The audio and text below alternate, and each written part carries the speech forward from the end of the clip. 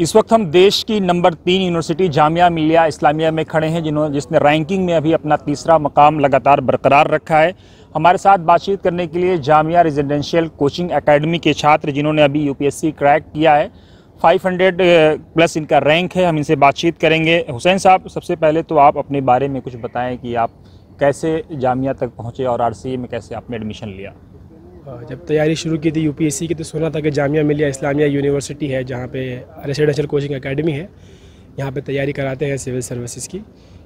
लेकिन यहाँ का एंट्रेंस थोड़ा सा मुश्किल होता है, थोड़ा पढ़ना पड़ता है। तो इसके लिए पहले मैं पुणे में हमारे वहाँ पे कोचिंग में गया। मैं बेसिकली मुंबई में बिलोंग करता हूँ, मुंबई डोंगरी इलाके से मैं हूँ। वहाँ से मैं पूना गया, कोचिंग ली 1 साल की, और उस साल 2018 में मैंने प्रीलिम्स का एग्ज़ाम दिया जो कि मेरा हो गया था, अल्हम्दुलिल्लाह क्लियर हो गया था। तो उसके बाद यहाँ पे प्रीलिम्स के थ्रू एडमिशन होते थे कि प्रीलिम्स होने के बाद कुछ बच्चों को मेंस के लिए यहाँ पे फैसिलिटी प्रोवाइड करते थे। तो 2018 में मेरा जामिया आना हुआ और वो मेरे लिए काफ़ी अच्छा डिसीजन रहा मेरे यूपीएससी के सफ़र में। तो 18 के बाद आपने 18 जामिया आए और आपने 2023 में क्रैक किया। इतना लंबा सफ़र, इस बीच में क्या कुछ रहा? इस बीच में काफ़ी स्ट्रगल रहे। प्रीलिम्स एग्ज़ाम का कभी कोई बड़ा मसला ना रहा क्योंकि प्रीलिम एग्ज़ाम मेरे अक्सर हो जाया करते थे, जितनी बार भी दिया है प्रीलिम एग्ज़ाम निकला है। मेंस में ही मेरे कुछ मार्क्स की कमी रह जाती थी। पहला मेंस मेरा बहुत बड़े मार्जिन से 100 मार्क्स से रुक गया था, फिर दूसरा मेंस मेरा 40 मार्क्स के मार्जिन से रुका, तीसरा मेंस मेरा 3 मार्क्स के मार्जिन से रुका। तो हर बार वो सेटबैक मिलता था कि अब तो हो जाएगा, अब तो पक्का होना ही, वो फीलिंग आती थी लेकिन नहीं होता था। तो काफ़ी बड़ा सेटबैक होता था, डिप्रेशन, थोड़ा सा लोनलीनेस, अभी साथ के दोस्त लोग का मतलब हो जाता था और किसी का नहीं हो रहा है, बहुत एक्सपेक्टेड था। तो काफ़ी डिफ़िकल्ट था। लेकिन जामिया में एक ऐसा माहौल है, यहाँ पे हमारे सीनियर्स हैं, हमारे जो नए बच्चे आते हैं, जो बाकी हमारे जो सिलेक्ट होके जा चुके हैं यहाँ से, हमारे वो सीनियर्स काफ़ी अच्छा एक माहौल क्रिएट कर दिए हैं यहाँ पे कि बंदा लगा रहता है, हो ना हो के हो जाएगा करके। जब 3 नंबर से आपका रह गया तो उस वक्त कितनी बड़ी बेचैनी और कितनी बड़ी आह आपको लगी कि यार अब तो गज़ब ही हो गया? जब वो मेरा चौथा अटैम्प्ट था जो लास्ट ईयर जनवरी में मेंस हुआ था, उसके साथ उस वक्त मुझे लगा था कि मेरा अभी हो जाएगा, बिकॉज़ मैंने काफ़ी अच्छे से तैयारी की थी और अपना बेस्ट शॉट दिया था। सारी चीज़ें कंप्लीट करके, मुकम्मल करके, स्ट्रेटेजी नई डिवाइस करके अपने लिए सारा जीएस ऐसे ऑप्शनल वगैरह की थी, अप्रोच किया था और आई वाज़ वेरी कॉन्फिडेंट। और मैंने इंटरव्यू की थोड़ी तैयारी शुरू भी कर दी थी। तो जब रिज़ल्ट आया और नहीं हुआ तो बहुत बड़ा एक सेटबैक लगा था कि मुझे लगा था कि ये एग्ज़ाम शायद से कुछ और चाहता है जो मैं नहीं हूँ। ये क्या चाहता है ये एग्ज़ाम? सब कुछ तो मैंने लगा दिया, सब कुछ तो दे दिया मैंने। लेकिन उसके बाद हिम्मत थोड़ा सा टूट गई थी। तो बहुत सारे हमारे सीनियर्स हैं यहाँ पे भी, हमारे शम्स भाई है यूपी में एसडीए में, फरमान भाई है, इन लोगों से मैंने बात की। फरमान भाई भी आईएएस है, उन्होंने बात की वगैरह, तो थोड़ा मोटिवेट करते थे कि हमारा भी वक्त लगा, ये एग्ज़ाम को टाइम चाहिए, स्ट्रेटेजी रीलुक करो, थोड़ा देखो, थोड़ा हिम्मत दिए, थोड़ा अपने आप को मैंने उठाया। थोड़ा घर वालों का बहुत सपोर्ट रहा, अब्बा का, भाइयों का, बहन का, अम्मी का बहुत अच्छा सपोर्ट रहा। तो उसकी वजह से मुझे आसान रहा कि एक और बार ट्राई करूँ इस एग्ज़ाम को, और फाइनली इसमें हो गया। अच्छा, ये बताइए कि वो कौन से सवालात थे इंटरव्यू में जो आपको बहुत तकलीफ़ दे रहे थे या बहुत खुशी दे रहे थे? एक्चुअली ऐसा था कि इंटरव्यू के बारे में बहुत एक हाइप था कि यूपीएससी का इंटरव्यू है। तो एक बहुत बड़ा ऑरा उसके अराउंड क्रिएट हो गया था। वो प्रेशर फील हो रहा था जाने से पहले, कह रहे यूपीएससी का इंटरव्यू है। लेकिन जब मैं इंटरव्यू रूम में एंटर किया तो वो वहाँ पे जो पैनल मेंबर्स थे इतने हाईली एस्टीम्ड ऑनरेबल कि उन्होंने बहुत कंफर्टेबल फील कराया। वो चाह रहे थे कि मैं बोलूँ। जब मुझे कोई सवाल नहीं भी आ रहा था, कोई मुश्किल सवाल था, जैसे कि मेरा कॉमर्स का बैकग्राउंड है, तो कुछ ऐसे सवाल जो मुझे अपडेटेड में नहीं हूँ, हाल फिलहाल में मैं पढ़ाई नहीं कर रहा हूँ, थोड़ा टच में नहीं हूँ उसके, तो कुछ टेक्निकल कॉम्प्लेक्स क्वेश्चन जो मुझे सवाल पूछे वो मुझे जहन में नहीं आ रहा था उस वक्त। तो बड़ा प्यार से उन्होंने कहा ये नहीं पता तो ये बता दीजिए, जो आज चल रहा, जो आपके टाइम पे आपने पढ़ा था। तो बोर्ड काफ़ी कॉर्डियल लगा और वो चाह रहे थे कि मैं बोलूँ, जिसकी वजह से मुझे बोलना आसान हो गया। आई फेल्ट कंफर्टेबल और मैंने काफ़ी अच्छे से अपने आप को प्रेजेंट किया, इसलिए मुझे इंटरव्यू में 190 मार्क्स भी मिले and I am satisfied with that. अच्छा, अभी आप 500 और 600 के बीच में हैं, लेकिन आपको नहीं लगता कि अभी एक आध और ट्राई मारना चाहिए, शायद और ऊपर आएँ? ये एग्ज़ाम आपको पकड़े रखता है, इतना इंटरेस्टिंग एग्ज़ाम है ये कि आप छोड़ दोगे लेकिन ये आपको छोड़ेगा नहीं, जहन में रहता ही है। अभी फ़िलहाल के लिए तो सोच रहा हूँ कि ज्वाइन कर लूँ जो भी फॉर्मेलिटीज़ है फाउंडेशन कोर्स की लबास्ता मसूरी जाके। उसके बाद अगर मुझे लगेगा कि देना चाहिए, क्योंकि मेरी एज अभी है, एक अटेम्प्ट बाकी भी है, तो I would like to give. लेकिन अभी सोचा नहीं है फ़िलहाल के लिए कि कब देना है। नहीं, अगर आप अभी आपके पास एक अटेम्प्ट है और एज है, कितनी एज है अभी आपकी और क्या आपको लगता है, क्योंकि 33 के बाद तो आप नहीं दे सकते? मैं अभी 27 का हूँ। तो लेकिन ऐसा है कि एग्ज़ाम में 2018 से मैं लगा ही हूँ, मतलब 2018 के बाद से कभी ब्रेक नहीं लिया। प्रीलिम्स मेंस वो साइकिल में मैं काफ़ी इन्वॉल्व था, तो इस बार मैं ब्रेक लेने का सोच ही रहा था। तो 1 साल मैंने ब्रेक लिया, थोड़ा सा अपने आप को सिंक इन करके थोड़ा कूल डाउन करना है, उसके बाद रीस्ट्रेटेजाइज़ करके with same energy as first attempt वाला जो एस्पिरेंट होता है फिर से एक बार ट्राई करेंगे, लेकिन अभी के लिए ज्वाइन कर लेंगे। एक चीज़ और बताइए कि आपने कहा कि आपके पेरेंट्स, आपके भाई, आपकी बहनों और आपके वालिदैन ने बहुत सपोर्ट किया, तो क्या नेचर था, किस तरह से सपोर्ट करते थे? क्योंकि अमूमन क्या होता है, अभी मैंने महाराष्ट्र का एक वाकया देखा, या सॉरी साउथ का, कि 30-35% बच्चा मार्क्स लाया और पेरेंट्स उसको सेलिब्रेट कर रहे हैं, और यहाँ अगर बच्चा फर्स्ट नहीं आता है तो पेरेंट डांटने लग जाते हैं। पेरेंट्स का बहुत कोऑपरेटिव रोल रहा। अम्मी अब्बा ने कोई फॉर्मल तालीम कभी हासिल नहीं की कोई स्कूल कॉलेज से, लेकिन उनको पढ़ाई की कीमत बड़ी पता थी। वो चाहते, उनको था कि बच्चा हमारा पढ़े, तो हम सब भाई बहनों को उन्होंने पढ़ाया, सब भाइयों को 15वीं 12वीं जो जितना पढ़ सका उसको उतना पढ़ाए। और उनको पता था कि कुछ तो मैं एग्ज़ाम की तैयारी कर रहा हूँ, मुझे कुछ बड़ा एग्ज़ाम होता है ये। उनको पता नहीं था कि नेचर ऑफ एग्ज़ाम क्या है। मेरी अम्मी जी को अभी तक पता ही नहीं चला कि मैं क्या बना हूँ। उनको इतना पता है कि तुझे जो चाहिए था वो तो बन गया ना, तो मम्मी उसमें खुश है। अब्बा को थोड़ा रफ आइडिया था, तो मेरे पास होने की खुशी तो ये सबको पता है, लेकिन मेरी फेल होने का गम सिर्फ मेरे घर वालों को, मेरी बहन को बताता था जब फेल हो जाता था। मेरा अभी जब चौथी बार में जब घर पे वैसा था कि माहौल के मेरा हो जाएगा सबको, जब एग्ज़ाम अच्छा गया तो मैं घर पे आके सबको कह दिया था कि हो जाएगा, लेकिन जब नहीं हुआ तो फिर मेरी बहन के पास गया, बैठा, उनको बताया कि दीदी ऐसा ऐसा ऐसा हो गया है, नहीं हुआ है। तो she was very calm and cool. बोले तो क्या हो गया, 2 अटेम्प्ट बाकी है ना, दे अच्छे से हो जाएगा। सो दे नेवर लाइक प्रेशराइज नहीं किया क्यों नहीं हुआ आज तक किसी ने पूछा ही नहीं। उन्होंने बोले तो क्या हो गया, बहुत मुश्किल एग्जाम है बेटा, लगे रहे, 2 अटेम्प्ट और बाकी दे दो, अब नहीं तो तब हो जाएगा, जब मुकद्दर में होगा तब हो जाएगा। तो फैमिली और भाई बहन अम्मी अब्बा का इतना अच्छा सपोर्ट रहा ना कि मुझे कभी प्रेशर उन्होंने किया नहीं है ऐसा किसी चीज़। यानी सारा खेल मुकद्दर के गिर्द ला करके बहन ने समेट दिया कि अल्लाह ने लिखा होगा तो हो ही जाएगा, और तुम हिम्मत मत हारो, तुमने अपनी पूरी मेहनत की थी ना। मैंने कहा हाँ, थोड़ी और कर सकते हो ना। मैंने कहा हाँ, कोई इम्प्रूवमेंट का स्कोप तो हमेशा रहता है। तो बोले दो ना, घर पे किसी ने मना किया है क्या, तुमको दिक्कत है, किसी तकलीफ है तो बताओ। घर वाले और कोऑपरेट हो रहे थे कि तुमको अभी भी लग रहा है कोई चीज़ तुम्हारे पास कमी है जिससे तुम्हारा रुक रहा है तो बताओ, हम लोग प्रोवाइड कराएंगे। मैंने कहा नहीं, कोई ज़रूरत तो नहीं है, फिर से दूंगा अपना एक ट्रायल, और वो दिया, उसमें हो गया अल्हम्दुलिल्लाह। अच्छा, फाइनेंशियल आपके बारे में जो मैंने सुना है कि आप झुग्गी झोपड़ी इलाके से आते हैं, तो वहाँ पे कैसा माहौल था? क्योंकि झुग्गी में अमूमन ड्रग्स की सप्लाई होती है, ये परसेप्शन है, और आप तो ब्यूरोक्रेट्स हैं, जाहिर सी बात है ज़मीन के नीचे जा करके देखेंगे ज़मीन पे क्या सूरत हाल होती है। तो उस झुग्गी के माहौल से एक लड़के का निकलना, वो भी सैयद ज़्यादा होते हुए, और अपने आप को इतना बड़ा स्टेचर पर इस्टेब्लिश करना, कितना बड़ा चैलेंज था हुसैन आपके लिए? हमारा एरिया जो है वो काफ़ी इस चीज़ों के लिए इनफेमस है कि वहाँ पे बहुत ज़्यादा ऑर्गेनाइज्ड क्राइम होते हैं, चोरी चकारी होती है, गाड़ियाँ चोरी, ड्रग्स का काफ़ी चलन है हमारे एरिया में। तो ऐसे माहौल में लोग ज़्यादा बच्चे पढ़ नहीं पाते, स्कूल से ड्रॉप आउट हो जाते हैं, बिकॉज ये इजी रिक्रूट हो जाते हैं चीज़ों के लिए। बाद में कुछ चीज़ों में अटक के केस वगैरह में उनकी लाइफ ख़राब हो जाती है, जेल में जाके आने के बाद कुछ काम कर नहीं पाते फॉर्मली, वो टैबू अटैच हो जाता है उनके साथ में। तो ऐसे माहौल में अब्बा का काफ़ी इंपॉर्टेंट रोल रहा। अब्बा ने बहुत स्ट्रिक्ट तरीके से हम लोग को, तीनों भाई बहनों को पाला है, परवरिश की है, और इतना अच्छा एक माहौल दिया था घर पे कि daddy was very strict from the start. तो उससे एक फ़ायदा हो गया कि पढ़ाई में लगा रहा, और शुरू में जो फाइनेंशियल इशू तो कभी इतने आए नहीं, बिकॉज अब्बा वगैरह अल्हम्दुलिल्लाह और भाई वगैरह सबकी जॉब अच्छी लगी हुई है, बहुत टाइम से कर रहे, तो फाइनेंशियल कहीं मसला नहीं आया। लेकिन 2 साल के बाद जब इस एग्ज़ाम में लगा मैं, तो मुझे खुद से लगने लगा कि इस एग्ज़ाम में थोड़ा सा जब लग रहा है कि टाइम ज़्यादा जा रहा है ये, तो घर वालों पे डिपेंडेंट होना मुझे मॉरली सही नहीं लगा। तो मैं बच्चों को पढ़ाना शुरू कर दिया, मैं यूपीएससी के एस्पिरेंट्स को पढ़ाना शुरू कर दिया, मेंटरिंग करना शुरू कर दिया, जहाँ पे मुझे मौका मिलता वहाँ जाके बच्चों को मैं पढ़ा लेता और मेरा खर्चा मैं निकाल लिया करता था। तो वो मेरे लिए फ़ायदेमंद भी रहा, मेरी ऐसा हॉबी भी डेवलप हो गई, और वो मेरे लिए डी स्ट्रेसिंग भी था, नए बच्चों से मिलना, बात करना, और वो पढ़ाते पढ़ाते मैं मेरी पढ़ाई में भी लगा रहता था।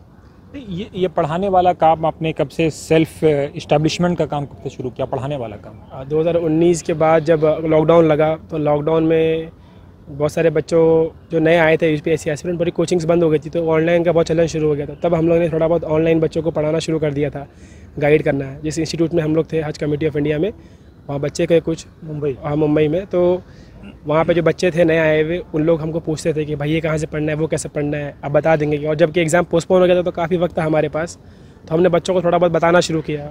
तो धीरे धीरे वो क्लासरूम बड़ी होती गई और बच्चों को अच्छा लगने लगा। बच्चे फीडबैक देते गए कि सर आप ऐसा उसको ऐसा बताएंगे तो और अच्छा लगता है, आप एग्जाम्पल भी ऐड कर देंगे। तो वो फीडबैक से मेरा इंप्रूवमेंट हुआ, और फॉर्मली जब हज हाउस ख़त्म हुआ, वहाँ पे वो बैच हमारा, वो बच्चे अलग अलग जगहों पे गए। वहाँ पे जब फैकल्टी की बात होती कि किसको बुलाना है तो हमारा नाम रिकमेंड करते कि वो सर अच्छा पढ़ाए थे हमको हज हाउस में। तो इस तरह से मेरी वो जर्नी भी शुरू हो गई पढ़ाई की। उसके बाद हर 2-3 महीने में मैं कहीं ना कहीं जाके पढ़ाता था।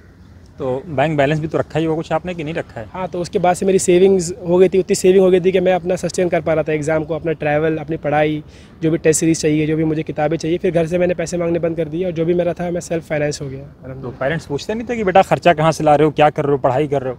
नहीं, घर वालों को पूरा इन्फॉर्म था, मतलब मैं बिना घर वालों को बताया कभी जाता भी नहीं था। अभी मुझे सपोज़ हैदराबाद में पढ़ाने का ऑफ़र आया था मौलाना आज़ाद नेशनल उर्दू यूनिवर्सिटी में यूपीएससी के बच्चों को, तो पहले घर पे मशवरा होता है ना कि अम्मी ऐसा ऐसा ऑफ़र आया है, अब्बा ऐसा ऐसा ऑफ़र आया है, इतने दिन के लिए मुझे जाना है।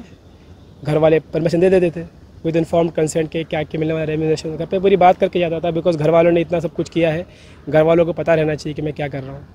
अच्छा हुसैन, एक चीज़ और है कि आपकी सारी ज़िंदगी तो ये जो ग्रीन है वो आप बता रहे हैं, लेकिन कुछ ब्लैक स्पॉट भी होंगे, कुछ स्ट्रगल भी रहा होगा, कुछ टफ पीरियड भी रहा होगा, जिससे लोगों को और मिले कि कहाँ अपने आप को करेक्ट करना है, कहाँ अपने आप को आगे बढ़ाना है। डार्क स्पॉट तो बहुत रहे थे शुरू में। मतलब हमारा ऐसा इलाका है कि वहाँ पे आपको सब कुछ मिल जाएगा, जैसे कि हर इलाकों का होता है अक्सरियत में। खाने पीने की दुकानें बहुत मिल जाएगी, कपड़े की दुकानें बहुत मिल जाएगी, एक लाइब्रेरी नहीं मिलेगी आपको पढ़ने के लिए। तो शुरू में हमारा भी ऐसा था कि लाइब्रेरी नहीं मिल रही है पढ़ने के लिए, तो बहुत दिक्कत हुई थी लाइब्रेरी ढूंढने में। और किसी को यूपीएससी के बारे में पता नहीं था, तो एक होता था कि कभी कोई सीरियसनेस होती नहीं थी, कहीं जाओ बताओ कि यूपीएससी की पढ़ाई करना है, थोड़ा सा बैठने मिल जाएगा गार्डन वगैरह में, तो इतना कोऑपरेटिव माहौल होता नहीं था।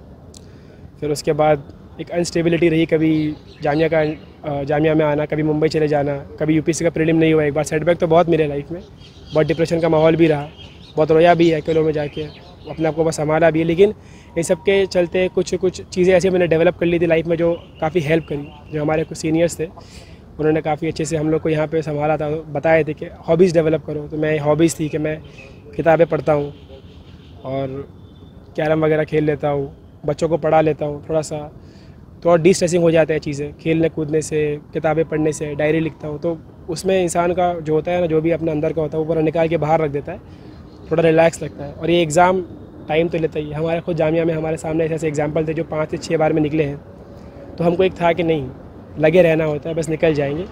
स्ट्रेसफुल तो ये एग्ज़ाम बहुत है, मतलब थोड़ा स्ट्रेस तो ये एग्ज़ाम देता है आपको, अनसर्टेनिटी।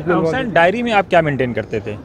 डायरी में मैं रिफ्लेक्टिव राइटिंग करता हूँ, थोड़ा लिखता हूँ बैठ के। अगर कुछ लाइफ में अच्छा कुछ इवेंट इंसिडेंट हो गया तो उसको बैठ के मैं लिखता हूँ, या फिर कभी बैठ के कुछ थॉट करता हूँ, कुछ चीज़ों पर रिफ्लेक्ट करता हूँ, ये ऐसा नहीं होता तो कैसा होता, अगर ये चीज़ ऐसी नहीं होती तो वैसी होती। तो उसको मैं लिखता हूँ, अपनी राइटिंग स्किल्स भी इंप्रूव हो जाती है इससे।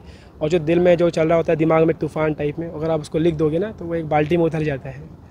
तो वो अच्छा, इस बीच आपने एक बड़ी बात कही कि लाइब्रेरी जो है जनरली उस इलाके में नहीं थी। जनरली आप भी जिस इलाके में हैं, जामिया नगर का जो इलाका है, अगर यहाँ भी देखें तो बिरयानी की सारी दुकानें आपको मिल जाएंगी, कौरमे की सारी दुकानें मिल जाएंगी। अभी यहाँ एक बड़ी अकेडमी है हिंद गुरु अकेडमी के नाम से, उसके भी चेयरमैन की यही शिकायत है कि साहब सब कुछ यहाँ अवेलेबल, लेकिन एक अच्छी लाइब्रेरी नहीं है। कल्चर नहीं है पढ़ाई का, ये मुझे बहुत दुख होता है। जब मैं देखता था बच्चों को गली के नाके पे हमारे बैठ के खड़के हैं, बेबाक खड़े हैं, टाइम पास कर रहे हैं और फ़ोन में लगे हुए हैं, रील्स देख रहे हैं, टिकटॉक वगैरह कर रहे हैं, तो इनका पास खाली वक्त है लेकिन उनको पता नहीं वक्त क्या करना है। अगर अच्छी एक लाइब्रेरी हो जाएगी हमारे इलाके में, अच्छी किताबें हो जाएगी, इतिहास की, ज्योग्राफी की, साइंस की, सोसाइटी की अच्छी किताबें होंगी, तो ये अपना वक्त वहाँ देंगे, तो वो किताब में अगर वक्त देंगे तो किताब उनको ज़्यादा नफ़ा देगी। और अल्टीमेटली अपनी पर्सनैलिटी में, अपने करियर में, अपनी लाइफ में कहीं अच्छा जाके कुछ सेटल हो जाएंगे, एस्टैब्लिश होंगे, अपने इलाके का नाम रोशन करेंगे, हमारे हिंदुस्तान का नाम रोशन करेंगे ग्लोबल लेवल पे। इतना पोटेंशियल बच्चों में होता है, तो हमारा पोटेंशियल ज़ाया जा रहा है लाइब्रेरी नहीं होने की वजह से भी। अच्छा, उसे एक चीज़ और है आपकी, इससे हट करके बड़ा थोड़ा मज़ाहिया सवाल है। बच्चे जनरली अफेयर्स में पढ़ जाते हैं कॉलेज या यूनिवर्सिटीज़ में आकर के, क्या कभी इस तरफ भी आपका जहन गया कि ये भी करना चाहिए, या सिर्फ पढ़ाई पढ़ाई पढ़ाई? एक्चुअली इतना वक्त एग्ज़ाम ले लेता है तो दोस्ती वगैरह तो लोगों से आपकी हो ही जाती है, लेकिन इसमें कुछ स्टेबिलिटी नहीं रहती इस एग्ज़ाम के चलते। अगर कभी आप किसी से दोस्ती कर भी लिए और आपकी दोस्ती आगे भी बढ़ गई, लेकिन तो एग्ज़ाम के सेटबैक की वजह से आप फ्रस्ट्रेशन, अपने डिप्रेशन में रहते हो, तो आप आपके मेंटली, और ये और एक चीज़ अगर कभी कुछ हो गया, ऐसा कुछ टूट वूट गया वहाँ पे भी मामला, तो आप पे डबल डिप्रेशन पड़ता है। तो बेहतरी तो यही होती है कि अगर अपने आप को एग्ज़ाम 4 साल 2-3 साल जितना भी आपसे मांग रहा है, 1-2 साल उसको दे दो ईमानदारी से, उसके बाद फिर इस सब पे ध्यान देना चाहिए। क्योंकि यूपीएससी बहुत ज़्यादा ईगोइस्टिक एग्ज़ाम है। अगर आप इसके साथ कुछ और कुछ करोगे ना तो दोनों भी नहीं होगा, पेशेंस मांगता है ये एग्ज़ाम आपका बहुत ज़्यादा। अच्छा, अपने इंटरव्यू के आखिरी पड़ाव में मैं एक सवाल और आपसे जानना चाहूँगा कि आपको बात करके आपसे ये समझ में आ रहा है कि आप बहुत ही ज़्यादा well cultured, well thought, well manner हैं, इसमें आपके पेरेंट्स का कितना रोल रहा या आपका व्यक्तिगत कितना रोल रहा, क्योंकि कई बार होता है कि परेशानी इंसान को ढाल देती है सांचों में? शुरू में बहुत स्ट्रगल तो रहा था अब्बा का। मैं ऐसे इलाके से आता हूँ तो अब्बा मुझे बहुत इंश्योर करते थे कि मैं अब्बा के साथ ही रहूँ। बचपन में मेरा कोई खास दोस्त नहीं बनता था एरिया में। जब अब्बा आते थे घर पे तो अब्बा को इंश्योर करते थे कि मैं घर पे होना चाहिए। बचपन में मेरे अब्बा पढ़े लिखे नहीं है तो मेरे अब्बा को कभी तालीम से मेरे इतना वो इंटरेस्ट था नहीं। इतना था कि मैं स्कूल बराबर जाऊँ। अब्बा काम से आते थे रात को तो एक ही बात पूछते थे, नमाज़ें पढ़ी सारी? ठीक है। और अब्बा इंश्योर करते थे कि मैं साथ में नमाज़ जाऊँ उनके, हमेशा हाथ पकड़ के जुम्मा के बयान में जुम्मा के 12 बजे लेकर चले आते थे मस्जिद में।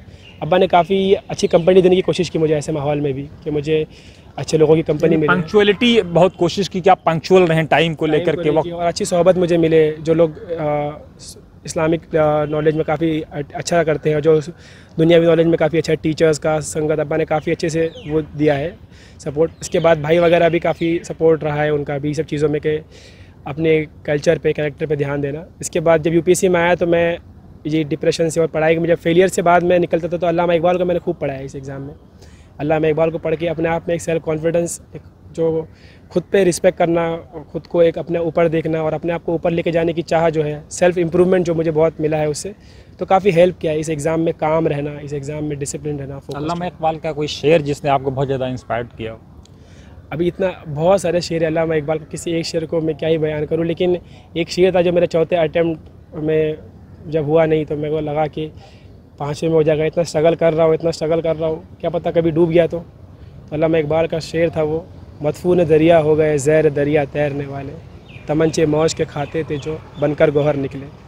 मैं कहा कि चलो तमंचे मौज के खा ही लिए 4 बार, 5वीं बार में बन गए, गोहर बन गए जाएंगे। तो वो मोटिवेट करता रहा और मैं लगा पड़ा रहा।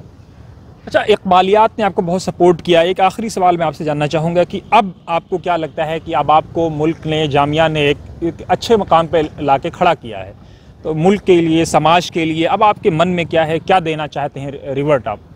जामिया का भी काफ़ी अच्छा रोल रहा है। मैं जामिया को कहूँगा कि जो बच्चे तैयारी करना चाहते हैं, मैं चाहूँगा कि उनको एक गाइडेंस प्रोवाइड करूँ अच्छे से। बिकॉज शुरू में मुझे बहुत दिक्कत ये भी आई थी कि मुझे गाइडेंस नहीं था, उससे मेरा 1 साल पूरा बर्बाद हो गया था कि मुझे पता नहीं था कि पढ़ना क्या होता है, कैसे होता है। जामिया में आने के बाद एक क्लैरिटी ऑफ थॉट आता है कि बच्चों को असल में एग्ज़ाम की डिमांड क्या है। अब मेरा यही रहेगा कि जो बच्चे तैयारी करना चाहते हैं यूपीएससी की, एक पहला तो उनको ये बताओ कि सही गाइडेंस मुहैया ना हो और अच्छी जगह मिल जाए पढ़ने के लिए। दूसरा देश के लिए ये है कि मैं चाहूँगा कि जो हमारे बच्चे हैं, जो हमारा यूथ है इंडिया अभी लार्जेस्ट पॉपुलेशन है और हमारे पास डेमोग्राफिक डिविडेंड भी है, अभी हम यंगेस्ट पॉपुलेशन होने वाले हैं वर्ल्ड की। तो जो हमारे यूथ है वो एक अपना डायरेक्शन सही करने लायक है। ज़रूरी नहीं कि यूपीएससी करे, स्टेट सिविल सर्विसेज करे, लेकिन इंजीनियर बने, डॉक्टर बने, रिसर्च स्कॉलर बने, टीचर बने, एजुकेशन प्रोग्रेसिव थॉट हो, एक अपने आप के सेल्फ इम्प्रूवमेंट में वो काम करे जिनसे उनकी लाइफ में भी क्वालिटी ऐड हो, उनके इलाके के में भी नाम ऐड हो और हमारे देश का भी नाम जो है क्वालिटी ऐड हो। और ऐसी जगहों के लिए हमको लाइब्रेरी खूब बनाने की ज़रूरत है। हम हर जगहों पे कुछ क्लब हाउस, ये हाउस बनाते हैं, अगर एक लाइब्रेरी भी बना दी, बुक हाउस भी, किताबों का कल्चर। अभी मैं इससे भी इत्तेफाक रखता हूँ, जब भी कहीं जाते हैं अवार्ड फंक्शन में, सेरेमनी में, तो लोग फूल और शॉल देते हैं। मैं कहता हूँ कि फूल और शॉल की जगह किताबें दो। अगर मैं पढ़ूंगा नहीं तो मैं किसी और को दे दूँगा कि वो पढ़ लेगा। एटलीस्ट वो किताबें, वो फूल की ज़िंदगी हयाती शाम तक रहती है और शॉल की हयाती घर जाने तक। वो कहीं रख देते तो वो रखा रह जाता है, किताब बाकी रह जाएगी, मैं पढ़ लूँगा, मुझे कुछ सीखने मिल जाएगा, मैं किसी और को दे दूँगा। ऐसे अगर हमारे कल्चर्स में तब्दीली आएगी ना तो एक अलग ही हिंदुस्तान पैदा होगा जो काफ़ी फ़ायदेमंद होगा खुद के लिए भी और पूरे वर्ल्ड के लिए भी। एक लास्ट सवाल हुसैन कि आरसीए में अगर कोई आदमी, कोई बच्चा एडमिशन लेना चाहता है तो उसको किन किन चीज़ों को फॉलो करना होगा, कैसे आप वो आज आरसीए तक आ सकता है? आरसीए का थोड़ा सा एंट्रेंस मुश्किल होता है लेकिन वो वर्थ इट है। अगर आप आरसीए में एक बार आ गए तो पहले तो बताना चाहूँगा कि आरसीए में कोई ऐसा फॉर्मल कोचिंग सब्जेक्ट्स वाइज नहीं होती है, लेकिन आरसीए में काफ़ी आपको अच्छा हेल्प प्रोवाइड किया जाता है, आपको रिफ़ाइन किया जाता है। आरसीए में आप रॉ मटेरियल आते हो, आरसीए में आपको रिफ़ाइन किया जाता है कि यहाँ पे लेक्चर्स कुछ होते हैं, कुछ सीनियर्स बच्चे अवेलेबल है, कुछ सिलेक्टेड बच्चे अवेलेबल और काफ़ी कॉर्डिनल और कोऑपरेटिव माहौल है। यहाँ पे आपको किसी टॉपर के पीछे आगे घूमना नहीं पड़ता, आप जाके प्यार से बात कर लीजिए कि मेरा ये ऑप्शन है और आपका भी यही ऑप्शन है, आपने इस ऑप्शन से रैंक निकाला है, आप मेरी हेल्प कर देंगे क्या? वो आपको बैठा के तफसीर से चाय पे मैथ्स में कभी बैठा के पूरा तफसीर से बता देंगे कि मैंने ये किया। और टॉपर से आप फर्स्ट हैंड सुनते हो तो अलग कॉन्फिडेंस मिलता है। लेकिन यहाँ पे एंट्रेंस का प्रोसीजर थोड़ा टफ होता है बिकॉज यहाँ की पॉलिसी है कि यहाँ के कुछ बच्चों को रिटेन भी करते हैं और यहाँ के इन हाउस बच्चों का काफ़ी अच्छे से रिजल्ट आता है, तो वो बच्चे लगे रहते हैं प्रोसेस में। इसके एंट्रेंस होता है, जैसे कि अभी 18 तारीख को इनका एंट्रेंस है, तो एक ऐसे होगा 800 वर्ड्स का और 50 MCQ होते हैं, उसको क्लियर कर देंगे और थोड़ा था यूपीएससी के अराउंड का लेवल का ही होता है, थोड़ा डिफिकल्ट होता है। तो जो बच्चे की तैयारी एक बार हो चुकी है अच्छे से कि यूपीएससी क्लियर कर सकता है, वो जामिया का एंट्रेंस भी क्लियर कर सकता है ठीक से। उसके बाद यहाँ पे इंटरव्यू होते हैं फॉर्मली, इंटरव्यू के बाद मेरिट लिस्ट लगती है और ये 50 बच्चों को या 100 बच्चों को जो भी इनका होता है इस साल का, उनको ले लेंगे। इस साल आपके बैच में 23 बच्चे आए हैं। आपका जो साथ वाला बैच था, कितने बच्चे थे जिसमें 23 ने क्वालिफाई किया, क्रैक किया? वापस से प्रीलिम्स। अभी इस साल जो मेन जो आपका इंटरव्यू क्लियर हुआ है, जो बच्चे सेलेक्ट हुए हैं यूपीएससी में, वो 23 बच्चे हुए हैं। तो आपको अंदाजा कितने बच्चे रहे होंगे जिसमें 23 आए हैं? हाँ, हम लोग मेंस के टाइम पे तो यहाँ पे अराउंड 80+ बच्चे थे। अच्छा। तो फिर और इंटरव्यू के टाइम पे अराउंड 45+ बच्चे ही थे हम लोग यहाँ पे। धीरे धीरे 50% रिजल्ट है। हाँ, रिजल्ट तो काफ़ी अच्छा आता है और बच्चों का कुछ जो इसका रुका भी है, बहुत से बच्चे हमारे आरसी के रिजर्व लिस्ट में भी है। अच्छा। जिनका मतलब कट ऑफ एकदम बॉर्डर पे ही है। जो रिजर्व लिस्ट लगेगी यूपीएससी की, तो उसमें भी कोई बच्चों का नाम हमारे आएगा यहाँ पे। Oh great. तो रिजल्ट काफ़ी अच्छा है यहाँ पे। बच्चे पुराने बच्चे जो है और नए बच्चे काफ़ी मिलके अच्छे से पढ़ते हैं। तो ये ब्यूटी है हमारे आरसी की। बहुत शुक्रिया हुसैन हमसे बात करने के लिए। Thank you very much. तो ये थे हुसैन जिन्होंने साफ कहा कि अल्लामा इकबाल की ज़िंदगी में इनके लिए बहुत कुछ मोटिवेशनल रहा। इनके पेरेंट्स ने इनका साथ दिया, इनके घर वालों ने इनका साथ दिया। साथ ही इनकी जो शिकायत है वो बहुत अहम है कि किस तरह से लाइब्रेरी के कल्चर को इस्टेब्लिश किया जाए। क्लब की जगह पे कैसे बच्चे बहुत ज़्यादा फ्रेंडशिप ना करके यूपीएससी जो 2 साल 3 साल 4 साल 1 साल 5 साल मांग रहा है उसको ईमानदारी से अगर दे देते हैं तो हुसैन का ये मानना है कि बच्चे कहीं ना कहीं यूपीएससी ज़रूर क्रैक कर ले जाएंगे। आप देख रहे थे वतन समाचार, बने रहिए साथ और ही हमारे साथ अपडेट्स के लिए।